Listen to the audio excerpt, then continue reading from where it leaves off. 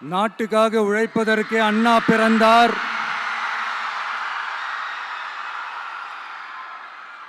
பொது நலத்தில் தானே நாள் முழுக்க கண்ணா இருந்தார் அப்படின்ட்டு எம்ஜிஆர் அவர்கள் ஒரு பாட்டு ஒன்று பாடியிருக்கிறாங்க, கேட்டிருப்பீங்க. அப்படிப்பட்ட நம்ம காஞ்சி தலைவர் அறிஞர் அண்ணா அவர்கள் பிறந்த மாவட்டம் தான் இந்த காஞ்சிபுரம் மாவட்டம்.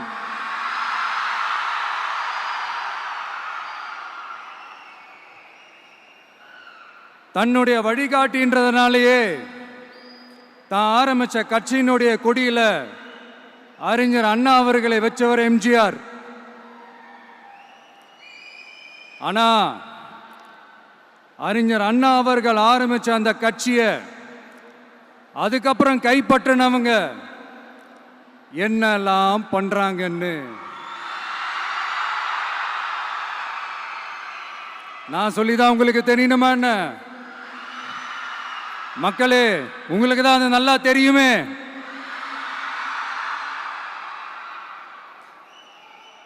தனிப்பட்ட முறையில் எங்களுக்கும் அவங்களுக்கும் எந்த பிரச்சனையும் கிடையாதுங்க. எந்த வாய்க்கா வரப்பு தகராறுலாம் எதுவுமே கிடையாதுங்க. அப்படியே இருந்தாலும் அது நம்ம கண்டுக்கவே போறது இல்லைங்க. தனிப்பட்ட முறையில் அவங்களுக்கு வேணா நம்ம மேல வன்மத்தோட இருக்கலாங்க. ஆனா நாமெல்லாம் அப்படி கிடையவே கிடையாதுங்க. ஆனா உங்களை என்ன நம்ம எல்லாரையும் பொய் சொல்லி நம்ப வச்சு ஓட்டு போட வச்சு ஏமாத்தினாங்கல்ல,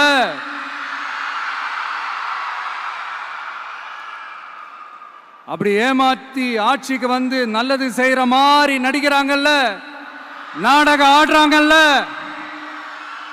அவங்கள எப்படி நம்ம கேள்வி கேட்காம இருக்க முடியும்? அதனால அவங்கள நம்ம கேள்வி கேட்காம விட போறதே இல்லை.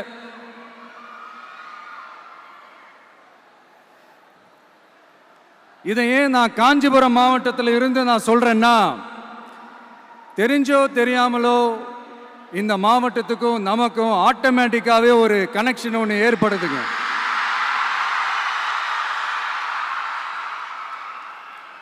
ஏன்னா நம்மளுடைய முதல் கள பயணத்தை தொடங்கினதே பரந்தூர்ல இருந்து தான்.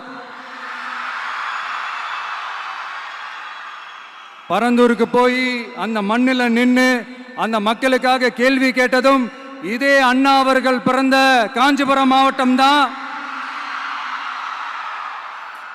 இன்னைக்கு ஒரு பெரிய மனவேதனைக்கு அப்புறம் இந்த மக்கள் சந்திப்பு நிகழ்ச்சிக்கு வந்திருக்கிறதும் அதே அண்ணா அவர்கள் பிறந்த காஞ்சிபுரம் மாவட்டம் தான்.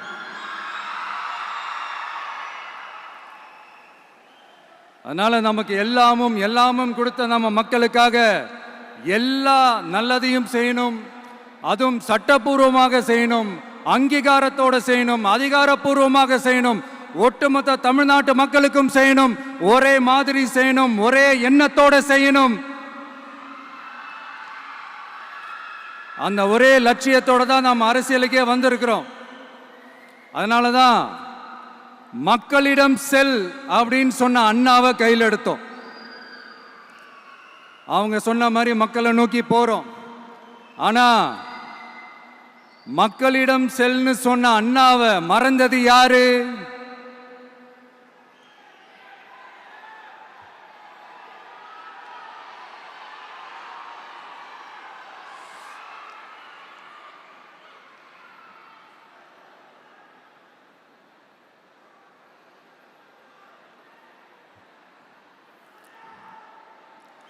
கொள்கையா?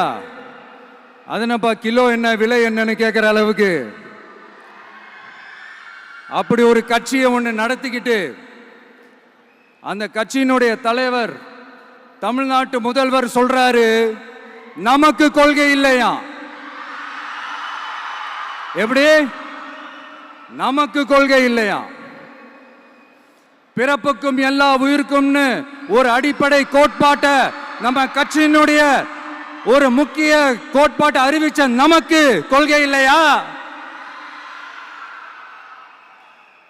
எல்லாருக்கும் எல்லாமும் கிடைக்கணும், சமூக நீதி கிடைக்கணும். அந்த சமூக நீதி உண்மையான சமூக நீதியா இருக்கணும். சாதி வாரி கணக்கெடுப்பு நடத்தணும்னு ரொம்ப ஸ்ட்ராங்கா சொன்ன நமக்கு கொள்கை இல்லையா? CAA அறிவிச்சதுக்கு அப்புறம் அப்ப நம்ம கட்சி ஆரம்பிக்கிறதுக்கு முன்னாடியே எதிர்த்த நமக்கு கொள்கை இல்லையா? வகுப்பு சட்டத்தை எதிர்த்து உச்ச நீதிமன்றத்துக்கு முதல்ல போன நமக்கு கொள்கை இல்லையா? நீட்ட வந்தா ஒழிச்சிருவேன், நீட்ட வந்தா அழிச்சிருவேன், ஆட்சிக்கு வந்தவனே ரத்து செய்யறதே நீட்ட தான், அப்படி இப்படின்னு கதையெல்லாம் விடாம கல்விய மாநில பட்டியலில் சேர்க்கணும்னு சொன்னதோட மட்டும் இல்லாம அதுக்கு ஒரு இடைக்கால தீர்வை சொன்ன நமக்கு கொள்கை இல்லையா? சமத்துவம் சம வாய்ப்புன்னு ரொம்ப ஸ்ட்ராங்கா சொன்ன நமக்கு கொள்கை இல்லையா? இப்படி கொள்கையை வெறும் பேச்சில மட்டுமே பேசிக்கிட்டு எல்லா கொள்கையும் அண்டர் கிரவுண்ட்ல அடக்கி வச்சுக்கிட்டு என்னமோ இவங்களுக்கு மட்டும்தான் எல்லா கொள்கையும் குத்தகைக்கு எடுத்த மாதிரி. இவங்க கொள்கையே கொள்ளை தானே. எப்படி? இவங்க கொள்கையே கொள்ளை தானே. இதெல்லாம் மக்களுக்கு யாருக்கும் தெரியாதுன்னு நினைச்சிட்டு இருக்கீங்களா?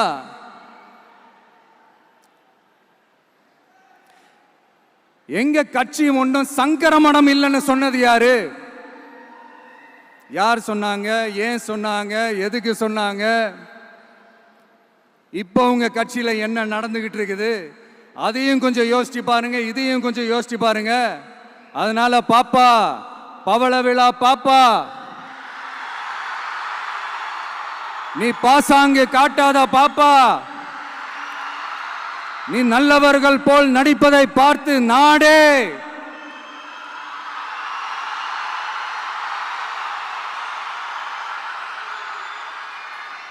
பாப்பான்னு சொன்னோம். அப்ப கூட பாத்தீங்கன்னா பாப்பான்றது ரொம்ப ஆசையா பாசமா சாஃப்டா தான் சொன்னோம். அதையே நீங்க அதிர்ச்சியா எடுத்துக்கிட்டீங்கன்னா அதுக்கு நாங்க என்ன பண்றது?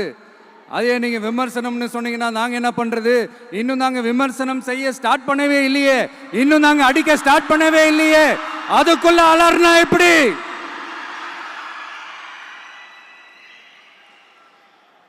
அதனால உங்க அரசவை புலவர்கள் யாராவது இருந்தாங்கன்னா கர்ச்சீஃப் எடுத்து அவங்க கண்ணீரை துடைத்து விடுங்கள். சரி, அது அவங்க பிரச்சனை, அவங்க பார்த்துக்கிட்டோம். நமக்கு எப்பவுமே மக்கள் தாங்க, மக்களுடைய பிரச்சனை பத்தி பேசுறது தான். இன்னைக்கு நம்ம காஞ்சிபுரம் மாவட்டத்துக்கு வந்திருக்கிறோம். இங்க மக்கள் ஃபேஸ் பண்ற அந்த பிரச்சனையை பத்தி நம்ம பேசி ஆகணும்.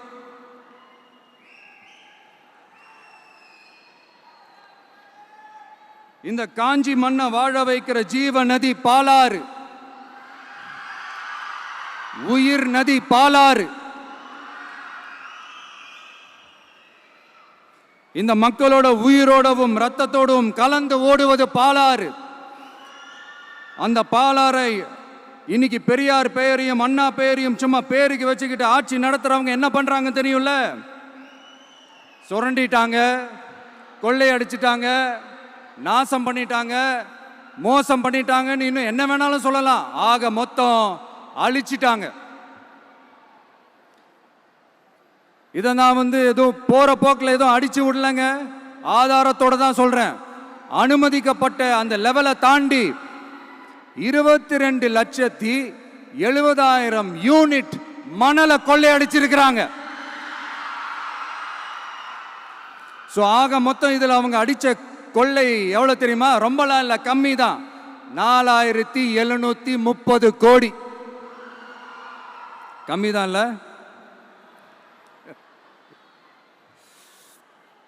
இதுக்கெல்லாம் அவங்க ஆதாரம்லாம் கேட்க முடியாது. ஏன்னா இந்த ஆதாரம்லாம் ஆல்ரெடி கோர்ட்ல இருக்குது, அமலாக்கத்துறை டிபார்ட்மெண்ட்ல இருக்குது. அந்த டிபார்ட்மெண்ட்ல வேலை செஞ்ச சில நல்லவர்கள் அவங்க அடிச்ச அந்த கொள்ளையெல்லாம் தாங்க முடியாம வெளியில சொன்ன அந்த ஆதாரங்கள் இதெல்லாம் சம்பந்தப்பட்டவங்களுக்கு இன்னும் நல்லாவே தெரியும். அதனால இது சம்பந்தமா ஆதாரங்களை கொடுலாம் அவங்க கேட்க முடியாது.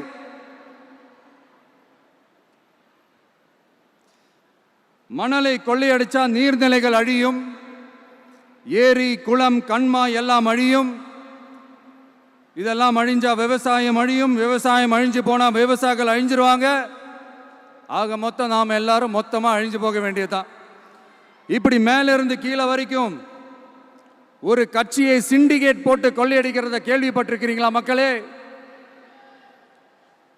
இதே காஞ்சிபுரத்தோட உலக பெருமை நம்ம பட்டும் கைத்தறி துணியும் அதை தயாரிச்சு கொடுக்கிற கைத்தறி நெசவாளர்களும் தான். காஞ்சிபுரம் பட்டுன்னு சொன்னா உலகத்துக்கே தெரியும். ஆனா அதை தயாரிச்சு கொடுக்கிற நெசவாளர்கள் நிலை என்ன தெரியுமா? வறுமை, துன்பம், கந்துவட்டி கொடுமை. பட்டு கைத்தறிக்கு கூட்டுறவு சங்கங்கள் இருக்கு, பருத்தி கைத்தறிக்கும் கூட்டுறவு சங்கங்கள் இருக்கு. சுமார் 40,000 பேர் அதில் உறுப்பினர்களா இருக்கிறாங்க. அது போக சாய தொழில், தறிப்பட்டறை தொழில் இதை நம்பி 40,000 குடும்பங்கள் இருக்கு. ஆனா அவங்களோட ஒரு நாள் கூலி எவ்வளவு தெரியுமா? வெறும் 500 ரூபா தான். அதை கொஞ்சம் அதிகப்படுத்தி கொடுங்கன்னு போராடி போராடி பார்த்து ஒன்றும் நடக்கல. இதோட அவங்க கஷ்டம் முடிஞ்சுதா? வடகிழக்கு பருவமழை அந்த 500 ரூபா கூலிக்கும் வேட்டு வச்சிடுச்சு. எப்படி விவசாயிகள் டெல்டா மாவட்டங்களில் மழையால் பாதிக்கப்பட்டாங்களோ, அவங்கள கண்டுக்காம எப்படி இந்த அரசாங்கம் கைவிட்டுடுச்சோ, அதே மாதிரி தான் நம்ம கைத்தறி நெசவாளர்களும் மழையால் பாதிக்கப்பட்டிருக்கிறாங்க. அடுத்து இந்த காஞ்சிபுரம் மாவட்டத்தோட பஸ் ஸ்டாண்டு 60 வருஷத்துக்கு முன்னாடி கட்டினதான். அண்ணா அவர்கள் ஆட்சிக்கு வந்தப்போ கட்டியிருப்பாங்க போல. அது இன்னும் புதுப்பிக்க கூட முடியாம கேட்டா என்ன சொல்லுவாங்க? அந்த லேண்டு வந்து கேஸில் இருக்குது. இல்லை, நான் கேட்குறேன்,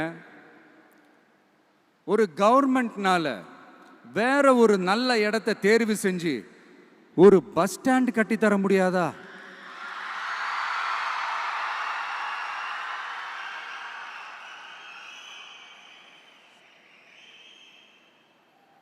பிரச்சனை என்ன தெரியுமாங்க? அவங்களுக்கு மக்களை பத்தி யோசிக்கிறதுக்கே நேரம் இல்லை. அதுதான் பிரச்சனை. அடுத்து வாலாஜாபாத் பக்கத்துல அவலூர் ஏரி இருக்கு. அது பாலாற்றை விட உயரமா இருக்கு. அதனால என்ன ஆகுதுன்னா, ஆத்து தண்ணி ஏரிக்கு போக முடியாம போயிடுது. அதை சரி பண்ணி அந்த இடத்துல ஒரு தடுப்பணையை கட்டினா ஏரி நிறைய தண்ணி நிற்கும். அப்படி நின்னா அவலூர் மட்டும் இல்ல, ஆசூர் உட்பட இன்னும் எத்தனை கிராமங்கள், எத்தனை ஆயிரம் ஏக்கர் விவசாயம் நல்லா நடக்கும். இதுக்கு இன்னும் எத்தனை வருஷம் மக்கள் கோரிக்கை கொடுக்கணும், மக்கள் போராடணும். இந்த பிரச்சனையெல்லாம் இருக்கிற அதே காஞ்சிபுரம் மாவட்டத்தில் தான் பரந்தூர் ஏர்போர்ட் கட்டுற பிரச்சனையும் இருக்குது. அந்த பிரச்சனையில கண்டிப்பா நாங்க விவசாயிகள் பக்கம் தான் நிற்போம். அதுல எந்த மாற்று கருத்துமே கிடையாது. இந்த கவர்மெண்ட் பரந்தூர் விவகாரத்தில் எங்களுக்கோ இல்லை விவசாயிகளுக்கோ எந்த விதமான காரணங்கள் சொல்லி எஸ்கேப் ஆகவே முடியாது. இப்படி மக்களுக்காக மக்களோட பிரச்சனைகளை எடுத்து பேசுறதுனால இப்போ ஆட்சியில் இருக்கிறவங்களுக்கு நம்ம மேலே ஒரு ஆத்திரம் வரத்தானே செய்யும். அதனால தான் நீங்கள் பார்த்தீங்கன்னா சட்டசபையில் ஆரம்பித்து ஒரு சாதாரண நிகழ்ச்சி வரைக்கும் எல்லா மேடையிலையும் மேடைக்கு மேடை டிவிக்கே தான். டிவிக்கே அவதூறு, அவதூறு டிவிக்கே, டிவிக்கே அவதூறு, அவதூறு டிவிக்கே. இதுக்கெல்லாம் கண்டிப்பா நாங்க பதில் சொல்லுவோம், சொல்லாமலாம் இருக்க மாட்டோம். இப்ப கூட கரூரை பத்தி பேசுவேன்னு எதிர்பார்த்திருப்பாங்க. அதை நான் கொஞ்சம் அப்புறமா பேசுறேன். பட் இப்போ நம்மளுடைய விஷன் என்னன்னு சொல்லணும்னு நான் கொஞ்சம் ஆசைப்படுறேன். நம்ம ஆட்சிக்கு வந்தா, அது என்ன வந்தா,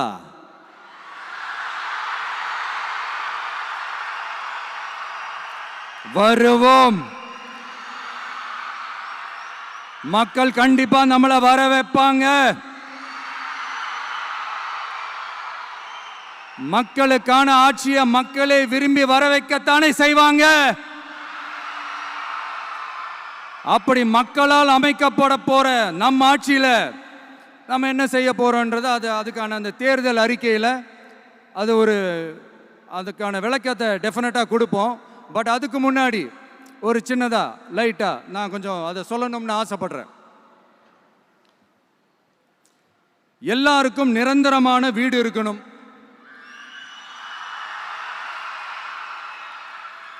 ஒவ்வொரு வீட்டுக்கும் ஒரு மோட்டார் சைக்கிள் வாகனம் உறுதியா இருக்கணும். காரும் தான் லட்சியம். அதுக்கான வசதி வாய்ப்பை உருவாக்குற அளவுக்கு பொருளாதார வளர்ச்சிக்கு வழியை உண்டாக்கணும். ஒவ்வொரு வீட்டில் இருக்கிற ஒவ்வொருத்தரும் மினிமம் டிகிரி படிச்சிருக்கணும்.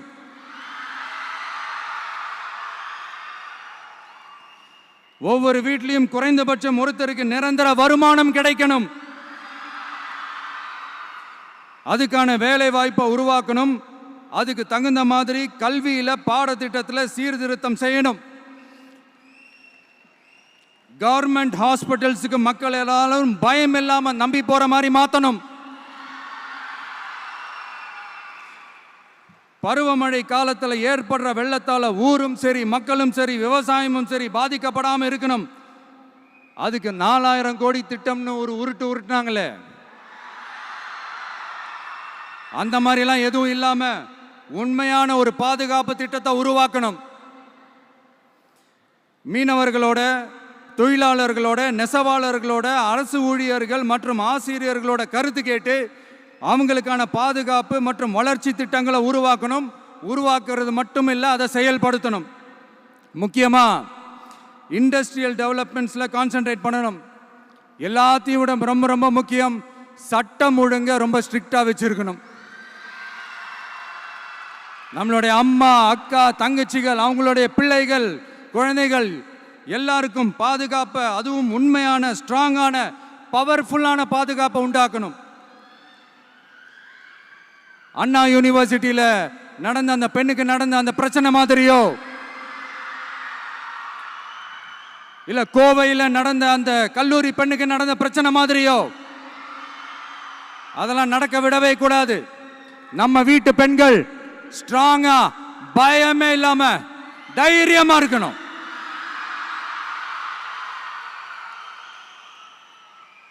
இதை எப்படி செயல்படுத்த போறோன்றது முன்னாடி சொன்ன மாதிரி நம்மளுடைய தேர்தல் அறிக்கையில் அதுக்கான விளக்கத்தை ரொம்ப டீட்டெயில்டாக கொடுப்போம். நான் சும்மா மற்றவங்க மாதிரி அவங்கள மாதிரி எல்லாத்தையும் அடிச்சு விட்டுட்டு ஏமாத்துற வேலையெல்லாம் இங்கே கிடையாது நம்ம கிட்ட. நான் மறுபடியும் சொல்றேன், நம்ம அரசியலுக்கு வந்தது உங்களுக்கு நல்லது நல்லது நல்லது மட்டுமே செய்யறது தான். எங்களுக்கு வேற எந்த அஜெண்டாவும் கிடையாது. அதனால தான் பார்த்தீங்கன்னா கொள்கை எதிரி யாரு, அரசியல் எதிரி யாருன்னு திட்டவட்டமாக சொல்லிட்டு அது வெளியே சொல்லிட்டு களத்துக்கு வந்திருக்கிறோம். அதில் எந்த விதமான குழப்பமோ எந்த விதமான ஊசலாட்டமோ எதுவுமே இருக்க போறதில்ல. இந்த விஜய் சும்மா எதையும் சொல்ல மாட்டான். ஒன்னு சொன்னா அதை செய்யாம விட மாட்டான். அது மக்களுக்கு நல்லாவே தெரியும். அப்புறம் ஒரு அதிசயம் சொல்ல முடியாது, இது ஒரு கண்டுபிடிக்க முடியாத ஒரு உண்மைன்னு சொல்லலாம். அது என்னப்பா, அது தற்குறியா?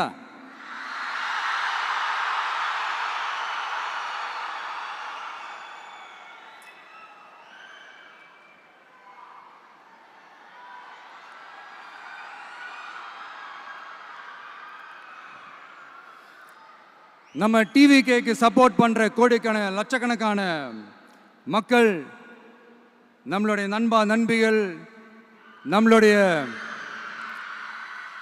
ஜென்சி கிட்ஸ்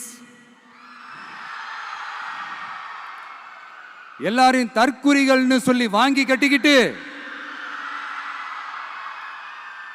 இப்போ அவங்களாம் தற்குறியெல்லாம் கிடையாது, அப்படிலாம் அவங்கள கூப்பிடாதீங்க, அவங்க சங்கிகள்லாம் கிடையாது, அப்படிலாம் அவங்கள கூப்பிடாதீங்கன்னு சொல்லி ஒரு குரல். யாருடா அந்த குரல் அப்படின்னு பார்த்தா, இப்ப ரீசெண்டா அறிவு திருவிழான்னு ஒன்று நடத்தினாங்கல்ல, சாரி அவதூறு திருவிழா.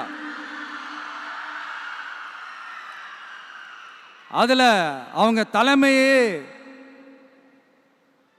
குழப்புற மாதிரி, அறிவு கண்ணை திறந்து வைக்கிற மாதிரி ஒருத்தர் பேசியிருக்கிறார். அவர் யாருன்னா அது அவங்களோட எம்எல்ஏவே. அந்த எம்எல்ஏ யாருன்னா நம்மளுடைய கொள்கை தலைவர்களில் ஒருத்தரான மக்கள் சேவகர் அஞ்சலை அம்மாளோட சொந்தக்காரர். என்னடா இது இப்படி ஆகி போச்சு, டிவிகேக்கு சப்போர்ட் பண்ற மாதிரி நம்ம கட்சியிலேருந்தே ஒரு குரல் வருதுன்னு சொல்லி தலைமையில் ஃபுல்லாக கன்ஃபியூஷன். அந்த கன்ஃபியூஷன் இதோட நிற்காது. அந்த ஆதரவு குரல் ஒரு வீடு விடாம, ஒரு இடம் விடாம, எல்லா இடத்துலையும், எல்லா வீட்லையும் இன்னும் பலமா எதிரொலிக்குதான் இல்லையான்னு பாருங்க. சும்மா பிளாஸ்ட் தான்.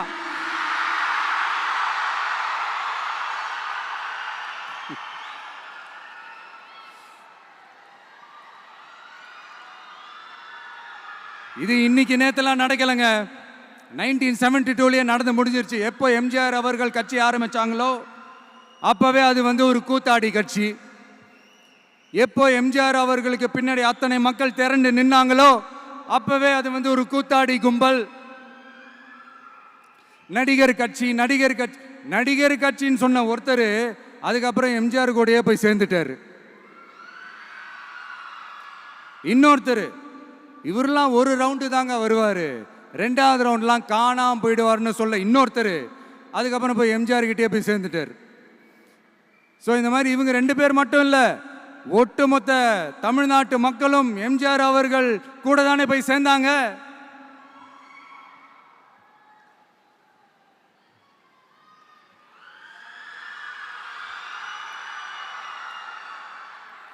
அதனால இது வரலாறு. இந்த வரலாறு நம்மளை விட அவங்களுக்கு இன்னும் நல்லாவே தெரியும். அதனால தான் பார்த்தீங்கன்னா 53 வருஷமா அதே கதறல்கள். கூத்தாடி கூட்டம், நடிகர் கட்சி, நடிகர் கூட்டம், இப்படி. மர்மயோகின்ற ஒரு படத்தில் அவருடைய கேரக்டர் பேர் கரிகாலன். அதில் ஒரு சூப்பர் டயலாக் ஒன்று சொல்லியிருப்பார். குறி வைத்தால் தவற மாட்டேன், தவறுமானால் குறியே வைக்க மாட்டேன்.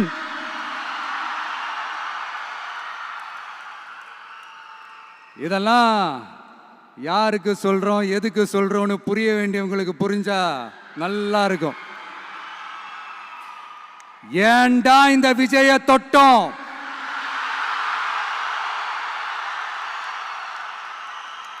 ஏண்டா விஜய் கூட இருக்கிற அந்த மக்களை தொட்டோம் நினைச்சு ஃபீல் பண்ண போறீங்க.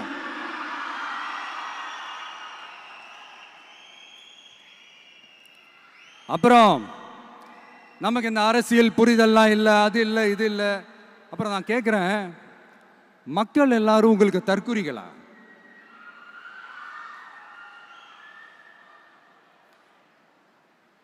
அதே மக்களோட ஓட்டு வாங்க போற நாம தற்குறிகள்னா அப்ப இவ்வளவு நாள் அதே மக்கள் கிட்ட இருந்தானே நீங்க ஓட்டு வாங்கிட்டு இருந்தீங்க. அப்ப நீங்க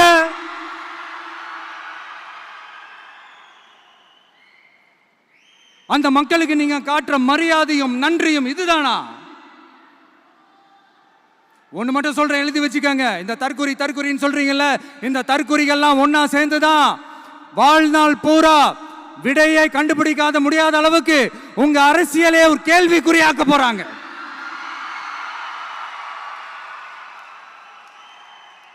இவங்கெல்லாம் யாரும் இங்க தற்குறிகள்லாம் கிடையாது. இவங்க எல்லாரும் தமிழ்நாட்டு அரசியலோட ஆச்சரியக்குறி. இவங்க எல்லாரும் தமிழ்நாட்டு அரசியலோட அந்த மாற்றத்திற்கான அறிகுறி. சும்மா லாஜிக்கே இல்லாம தற்குறி.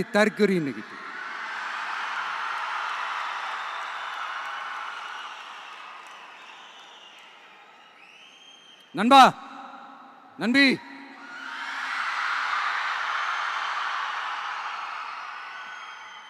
எல்லா மேடையிலும் ரிப்பீட்டடா ஒரு விஷயம் நான் சொல்லுவேன்ல, இப்ப நீங்க சொல்லுங்க. ஒண்ணு, இன்னொன்னு, ரிப்பீட். ஒண்ணு. இன்னொன்னு, இந்த போட்டி எப்படி இருக்க போகுதுன்னா, மக்களோட மக்களா நிக்கிற நமக்காக மக்களே டிசைட் பண்ணி போறாங்க. My dear sir, my dear uncle,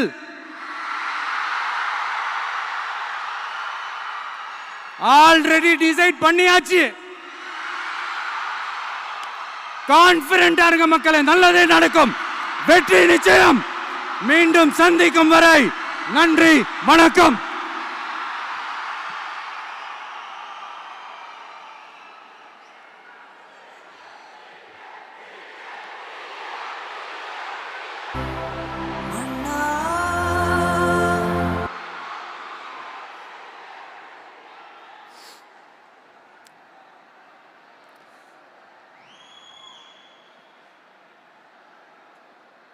வெளியில் போக பர்மிஷன் கிடைச்சவொன்னே கூடிய சீக்கிரம் வெளியில் வருவோம். அதனால தான் இப்படி ஒரு ஏற்பாடு. எல்லாரும் இருந்து சாப்பிட்டு போகணும்.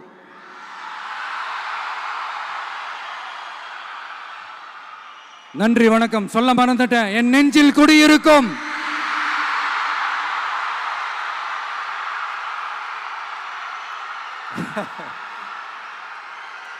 Sorry, slip my mind.